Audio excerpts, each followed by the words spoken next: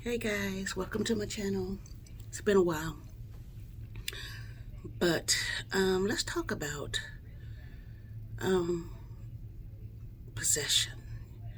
Is that possession? Yeah, possession. Today I'm eating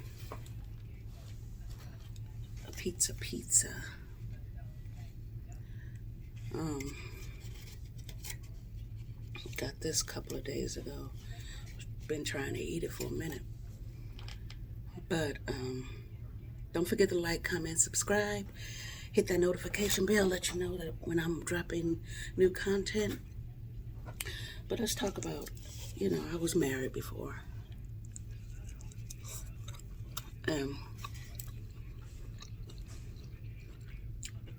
He was very possessive. Extremely.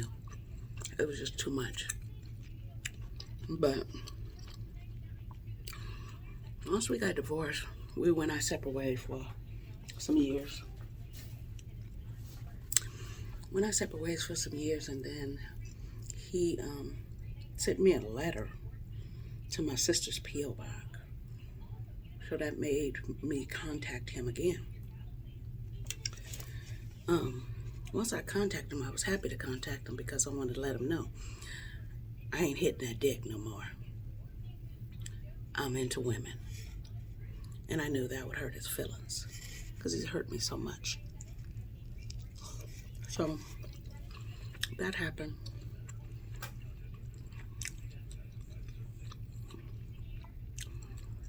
But this man was so possessive. Even when we're not together, we've been divorced for years, he still thought he can control me. And I was like, baby, Bam is older now. You can't tell Bam what to do. Bam ain't gonna listen. Bam got her own mind now. So we stay friends. And then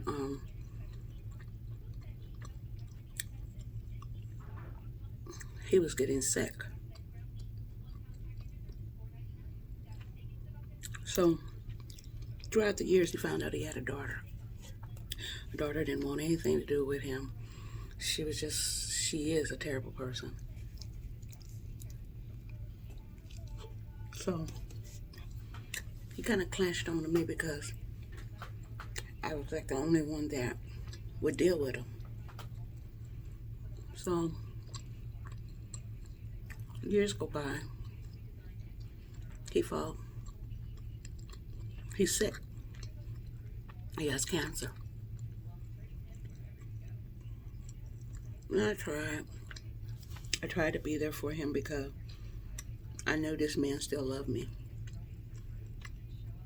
But I didn't love him like that. I loved him as a person, as an ex-husband. I didn't love him like that. So I was trying to keep in touch with him because he was in Texas, I'm in California. I was trying to keep in touch with him just to see how he was doing, give him some uplifting conversation, just trying to be a friend. So after a while, I'll call him and he wouldn't answer. Now I knew he was sick, but I didn't know the magnitude of it. So he just couldn't answer the phone. That cancer was really getting him. But he did contact his oldest sister. Now, when I tell you this oldest sister thought that she was dealing with the child again, I had to let her know. So he had told me, Belinda, I got a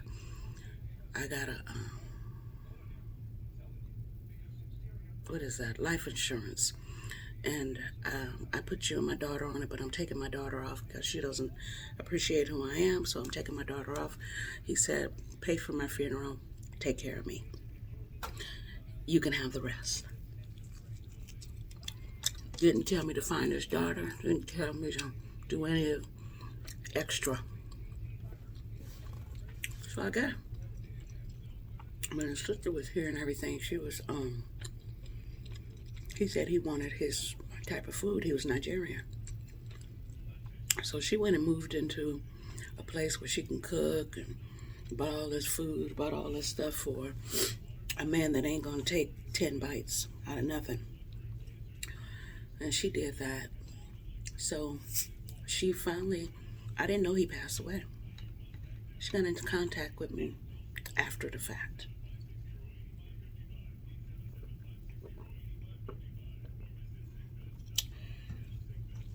But she had to get in contact with me because my name was on the insurance policy. And she couldn't understand why my name was on the insurance policy and not his daughter's or not hers. Because we were divorced. But this man still loved me. I believe and I know that he still loved me. So that's why he put my name on it. Excuse me, guys. So, so after it was all said and done, she wanted me to cash the check. At first, she told me to cash the check and give it, no, send her the check. She'll cash it. I said, that'd be stupid of me. All these banks here in California. So I didn't do that. I kept asking her, what's the funeral cost? How much everything costs her so I can pay for it. She wouldn't give me no number. So, I called the funeral home. She got mad because I called the funeral home because she said I went over her head. No, you didn't give me no numbers. And I wasn't going to send you no check. So, I didn't go over your head. You should have gave me some numbers. I would have gave you what you asked for. But what she was asking for, she was asking for all the check. Because she went out there cooking and she had to rent a car. She had to do this, she had to do that. That didn't have nothing to do with that life insurance. It didn't have nothing to do with it. You did that for your brother out of the kindness of your heart. That's what you did that for. So I sent her the money for the funeral and the money for the gravesite.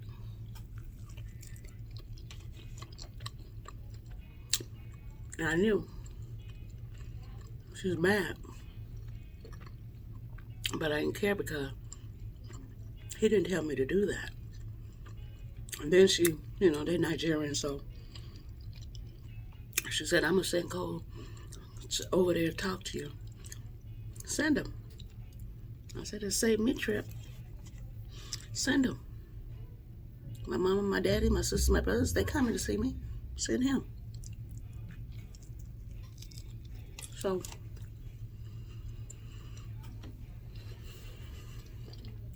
after I sent her the money, she stopped talking to me, which was fine because I was done anyway. I was done anyway because why every time when somebody passed away, people want to act like they was the most important in their life. When I know for a fact that he didn't care for his sister because his sister didn't tell him that he had a child. And she knew about it for years. So his sister didn't tell him that. So he was mad at her for years.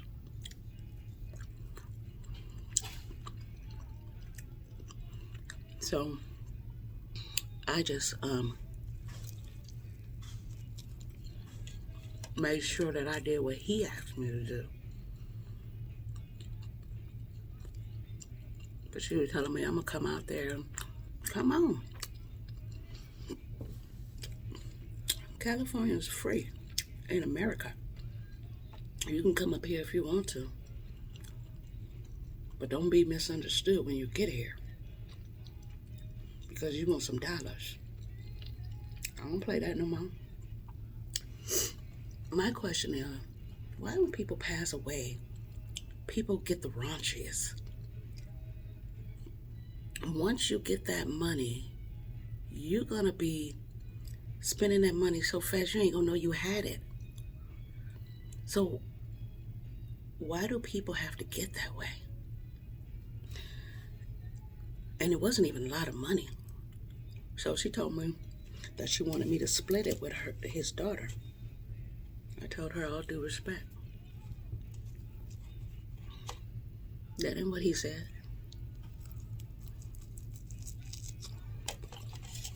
And when you asked him where was his daughter at, he didn't say anything. He just looked at you. You know why he didn't say that? Why you want to know now? You ain't never asked about her before. Why you want to know now? So, he already told me what to do. So, I bet if there was a way, and I'm sure she was racking her brain trying to figure it out, there was a way that she can get all the money, she would never got in touch with me.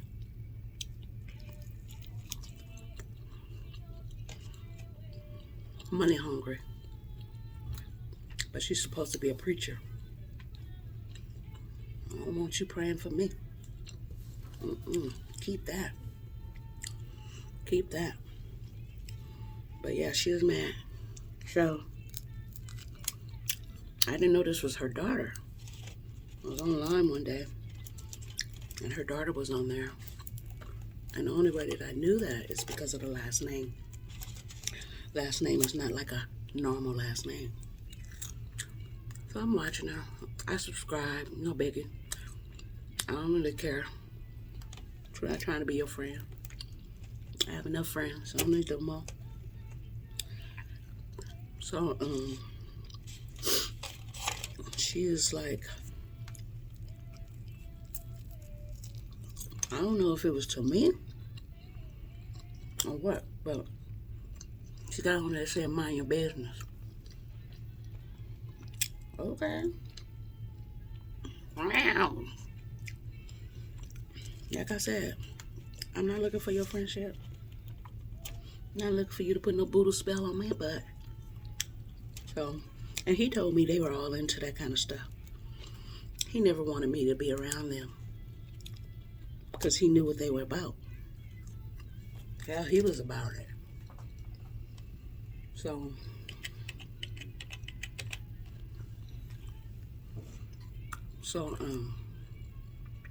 I was like, okay, cool. I'll leave you alone. But I don't know if he has a headstone or not because I did send her the money.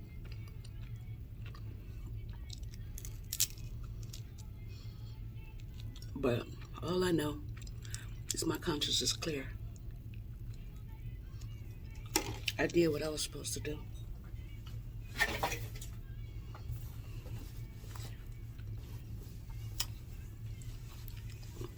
When people pass away, that's not your lottery. That's not your lottery. You know, people pass away, people act like, you know, they just hit the lottery. And he only got it because,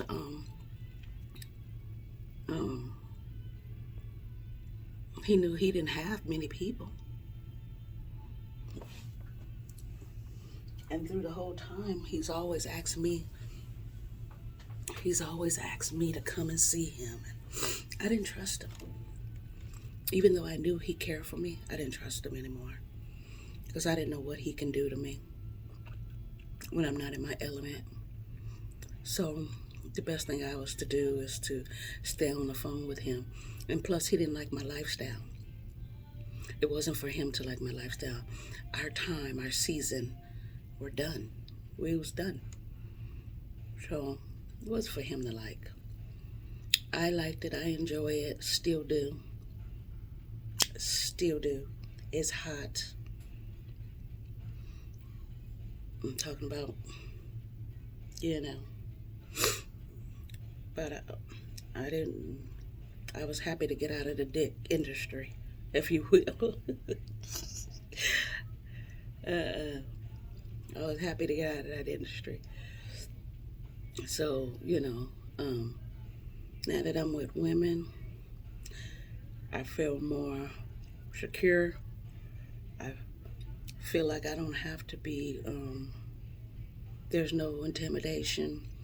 There's no, you're mine and don't look at him and don't look at her. I don't have no, that's just too much energy for you to be going through in your life. Get your life together. So I didn't have to deal with that no more, which was a great thing in life. It was just like breathing. It was a new day. But guys, I am going to make another video about him. But his sister did say, what ex-husband leaves his ex-wife their insurance money? I said, Coleman did. Coleman did. Because he loved me. He actually loved me more than he loved his daughter. He told me that. So, that's who does that kind of stuff. And if he was here today, he'll tell you. He'll tell you. But we could never be together again, never anything like that, because he had a temper. He had a temper. I wasn't going to put up with that temper for the rest of my life. And, that was that relationship. At the end, I let him know that I did love him too, but I just wasn't in love with him anymore. I did love him as my ex-husband. I did love him as my friend. But being in love with somebody like that, I couldn't do it. I had to grow. I had to dig myself out of that hole that he put me in. I had to dig myself out of it. And then, at that time in my life, it wasn't about counseling. It wasn't about talking about it. You just had to deal with it. And that's what I did. I don't know if my parents ever knew the things that he put me through, because I never talked about it. Because I never wanted to talk about it. To me, it was shameful. My parents were married for death do them part. I wanted that for myself, and I felt like a failure. I really did. But I got over that. Got over that real quick. Because only people that fail just never get back up, and I got back up. So, I got over it. But I am going to end this video. I just wanted to let you guys know that people that pass away is not your lottery ticket. It's not your lottery ticket. A lot of families break up because of, oh, this is my money. She left this for me. This is my car. This is my house. She up in heaven looking at you like you idiot. You idiot. Get yourself together. So, I'm going to end the video here. I'm going to try and make another video today. But I want you guys to stay safe. Corona is still real out here. Now we got the monkeypox. Everything is still real, so everybody needs to continue to be safe out there. And what we're about, peace, love, and happiness. Peace, love, and happiness. So make sure you like, comment, subscribe, hit that notification bell, and know that I'm out of that hole. Know that life is so much better now. Know that I don't have any hate or anything toward him any longer, because I had to get rid of that hate so that I could live my life. I had to do that, and I'm glad that I did.